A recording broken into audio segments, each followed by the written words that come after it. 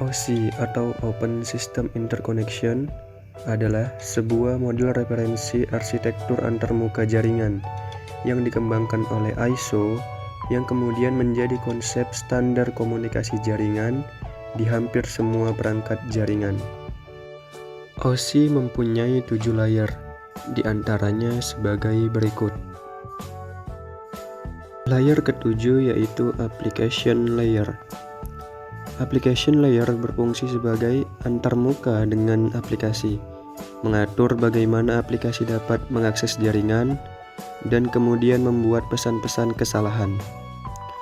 Contohnya adalah saat kita membuka Google Chrome, Mozilla Firefox, Internet Explorer, Office 365, Skype, dan aplikasi-aplikasi lainnya. Keenam yaitu Presentation Layer. Layer ini berfungsi untuk mentranslasikan data yang hendak ditransmisikan melalui jaringan. Contohnya adalah saat kita membuka sebuah website Shopee misalnya, maka Presentation Layer ini akan mengkonversi web Shopee menjadi bilangan biner. Setelah dikonversi menjadi bilangan biner, layer presentation akan mengenkripsi data tersebut agar terjaga kerahasiaannya. Layer kelima yaitu Session Layer. Session Layer ini berfungsi untuk mendefinisikan bagaimana koneksi dapat dibuat dan dipelihara atau dihancurkan. Contohnya adalah saat kita masuk ke websitenya internet banking, saat tidak melakukan aktivitas apa-apa, maka akun kita akan dikeluarkan.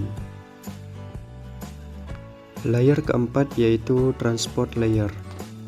Transport Layer ini berfungsi untuk memecahkan data ke dalam paket-paket tersebut, sehingga dapat disusun kembali pada sisi tujuan yang telah diterima.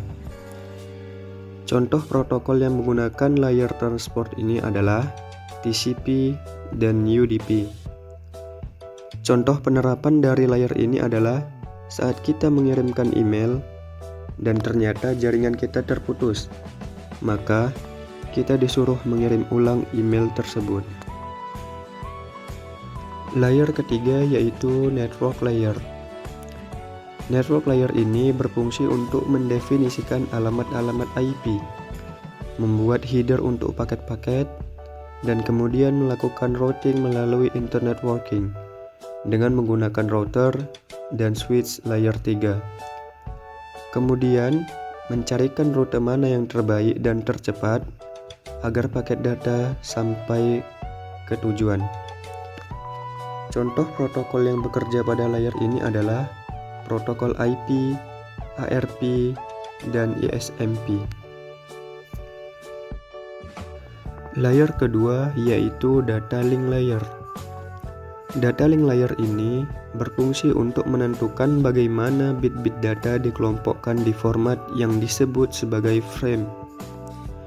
Contoh penerapan dari Data Link Layer ini adalah Media Access Control atau MAC dan Logical Link Control atau LLC. Layer pertama yaitu Physical Layer. Physical Layer ini berfungsi untuk mendefinisikan media transmisi jaringan, metode pensinyalan, sinkronisasi bit, arsitektur jaringan, seperti halnya Ethernet atau token ring, topologi jaringan, dan pengkabelan. Contoh penerapan dari Physical Layer ini adalah saat kita mengirimkan data menggunakan media kabel fiber optik maupun kabel RJ45. Model referensi OSI ini sangat bermanfaat sekali karena sebelum ditemukannya OSI, komputer IDM dan Apple tidak akan bisa berkomunikasi.